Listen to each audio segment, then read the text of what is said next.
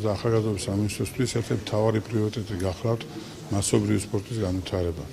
ნიშნული ოლიმპიადა ზუსტად აძლევს საშუალებას ახალგაზრდა სპორტსმენებს, სკოლის მოსწავლეებს, ეზიარონ სპორტს და ერთად შეძლონ წარმატების მიღწევა უპროცენტო შემთხვევა, როცა ჩვენ სკოლის გამარჯვებულებს აქვს საშუალება საქართველოს წარმოადგენის საერთაშორისო ასპარეზზე ეს არ პირველად ხდება და რაც ყველაზე მთავარი ინტერესი ამ ოლიმპიადის მიმართ იზრდება, წელს უკვე 60,000 მონაწილე იქნება და ეს მასობრივი სპორტის განვითარებას უწყობს ხელს.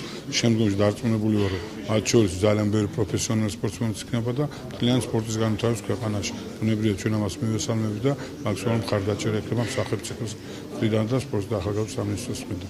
საქართველოს ბავშვთა და მოსწავლე ახალგაზრდობის სპორტის ეროვნული ფედერაცია 2014 წელს წევრიანდა მსოფლიოს სასკოლო სპორტის ფედერაციაში. ამ წლიდან მოყოლებული საქართველოს ყოველ წელს აქვს შესაძლებლობა წარადგინოს სასკოლო გუნდები სპორტის სხვადასხვა სახეობებში. ამას უზრუნველყოფს ჩვენი ფედერაცია. შესაძლებლობა გვაქვს წელს მაგალითად შარშან გამარჯვებული სასკოლო ოლიმპიადაში გამარჯვებული გუნდები 4 სპორტის სახეობაში წარვადგინოთ წლევანდელ მსოფლიო ჩემპიონატებს.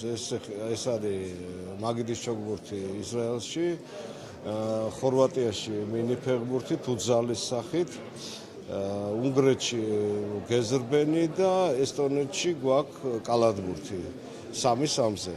ასევე ივლისის თვეში დაგეგმილია ტრაბზონში, თურქეთში ISF-ის, ანუ საერთაშორისო სასკოლო სპორტის ფედერაციის გიმნაზიადაზე ქართველი მოჭიდავეებისა და კარატისტების წარდგენა.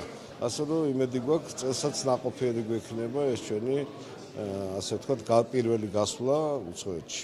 ჩვენ გავიმარჯვეთ ფუტსალის ჩემპიონატში საქართველოში და მივდივართ ხორვატიაში მსოფლიო ჩემპიონატზე, სადაც იქნება ძალიან ბევრი ქვეყანა, 24 ქვეყანას ჩვენ გვექნება 5 თამაში ჯგუფში და შევეცდებით, რომ ვასახელოთ საქართველოს და გავიდეთ მივაღწიოთ წარმატებას ყველანაირ